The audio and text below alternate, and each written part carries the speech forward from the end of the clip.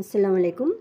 Green బీన్స్ను అచ్చం mutton టేస్ట్తో అస్సలు colour మారకుండా ఎలా చేసుకోవాలో ఇవాళ మీకు చూపించబోతున్నాను నేను. వీటిని నేను చెప్పబోయే సీక్రెట్ టిప్స్ అండ్ ట్రిక్స్తో కనుక మీరు చేసుకున్నారంటే జొన్న రొట్టెలోనికి, చపాతీల్లోనికి, తర్వాత అన్నంలోనికైనా సూపర్ టేస్టీగా ఉంటాయండి. ఇవి చాలా టేస్టీ రెసిపీ. ఒక్క క్లిప్ కూడా మిస్ కాకుండా నా రెసిపీని మీరు చూసారంటే నాకంటే మంచి గ్రీన్ బీన్స్ను చేసుకొని మీరు తినగలరు. అంత టేస్టీగా ఉంటాయి ఇవి. అచ్చం మటన్ టేస్ట్తో ఎలా చేయాలో మీకు ఈరోజు చూపించబోతున్నాను నేను. ఇది పావు కప్పు మటన్ ఫ్రై చేసినప్పుడు మిగిలిన ఆయిల్ అండి. దీంతో మనం ఏ వంట చేసుకున్నా చాలా టేస్టీగా వస్తుంది.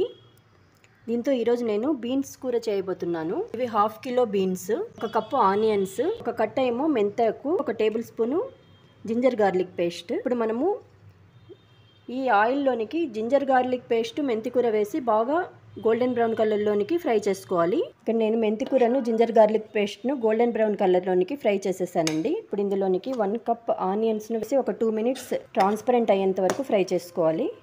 చూడండి, ఆనియన్స్ ట్రాన్స్పరెంట్ అయిపోయాయి. ఇప్పుడు ఇందులోనికి చిన్నగా కోసుకున్నానండి బీన్స్ను, వీటిని వేసేసేయాలి. చూడండి, ఇలా చిన్నగా తరుక్కోండి బీన్స్ను, అప్పుడే చాలా టేస్టీగా అవుతాయి అన్నమాట ఇవి. ఇప్పుడు వీటన్నింటినీ బాగా కలుపుకోవాలి. ఇప్పుడు ఇందులోనికి మీకు రుచికి తగినంత ఉప్పు 1/2 టీ స్పూన్ వేసుకోండి ఫస్ట్, తర్వాత చూసి వేసుకోండి.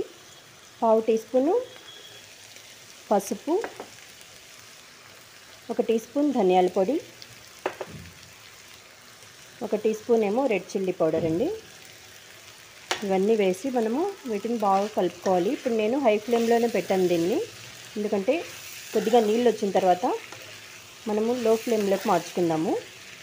ఒక 5 మినిట్స్ మూత పెట్టకుండా హై ఫ్లేమ్లో పెట్టి అన్నిటినీ కలపాలి. దీన్ని లో ఫ్లేమ్లోకి మార్చేసి మూత పెట్టి సిమ్లో మగ్గించాలండి. 5 మినిట్స్ తర్వాత మూత తీసి ఒక పెద్ద టమాటా పండును ఇలా ముక్కలుగా కోసి వేస్తున్నానండి నేను. వెంటనే కూడా బీన్స్తో పాటు కూడా వేయచ్చు. బాగా కలిపి మళ్ళీ సిమ్లో పెట్టి ఇంకొక 5 నిమిషాలు వదిలేసేయాలండి మూత పెట్టి. 5 మినిట్స్ తర్వాత మూత తీసి చూపిస్తానండి. చూడండి, నూనె అంతా పైకి తేలిపోయింది, టమాటాలు కూడా బాగా మగ్గిపోయాయి. మన బీన్స్ కూడా మగ్గాయో లేదో చూద్దాము. చూడండి, బీన్స్ కూడా బాగా ఉడికిపోయాయి అన్నమాట. ఇప్పుడు బాగా కలిపి ఉప్పు సరి చూసుకోండి. ఒకవేళ ఎక్కువ తక్కువ ఉంటే కనుక సరి చేసుకోండి, తక్కువ ఉంటే కొద్దిగా వేసుకోండి. చూద్దాము ఎంత ఉందో. కొద్దిగా ఉప్పు తక్కువ అనిపిస్తుందండి, 1/4 టీ స్పూన్ వేస్తున్నాను నేను. ఇప్పుడు ఎక్కువ వేయద్దు. ఇప్పుడు మూత పెట్టి ఇంకొక 5 మినిట్స్ సిమ్లో ఉడికిద్దాము. ఇప్పుడు 5 మినిట్స్ అయిపోయిందండి. టోటల్గా 15 మినిట్స్ పట్టింది మనకు గ్రీన్ బీన్స్ చేయడానికి. నూనె అంతా పైకి తేలిపోయింది. ఇప్పుడు మనం వేసినటువంటి ఎక్స్ట్రా ఉప్పు కూడా అబ్జర్వ్ అయిపోయిందనమాట. ఇప్పుడు ఇందులోనికి మనము గుప్పెడు కొత్తిమీర వేసి స్టవ్ ఆర్పేసి కలిపేసేయాలండి. ఇప్పుడు అచ్చం మటన్ టేస్ట్తో ఉండేటువంటి గ్రీన్ బీన్స్ మనకు తినడానికి సిద్ధంగా ఉన్నాయి. ఇవి అసలు ఒకదానికొకటి అతుక్కోకుండా చాలా సూపర్ టేస్టీగా వచ్చాయండి. మీరు దీన్ని జొన్న రొట్టెతో, చపాతీతో, లేదా అన్నంలో సైడ్ డిష్గానైనా, అన్నంలో కలుపుకునైనా తినవచ్చు. అచ్చం మటన్ ఫ్రై లాగానే టేస్టీగా ఉంటాయి ఇవి. ఎందుకంటే మనము ఇందులోనికి మటన్ ఫ్రై చేసినటువంటి ఆయిల్ని యూజ్ చేసాం కనుక.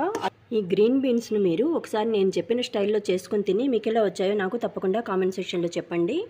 మీకు నచ్చితే కనుక తప్పకుండా నా రెసిపీని నా ఛానల్లో లైక్, షేర్ మరియు సబ్స్క్రైబ్ చేయండి. Thank you for watching my channel.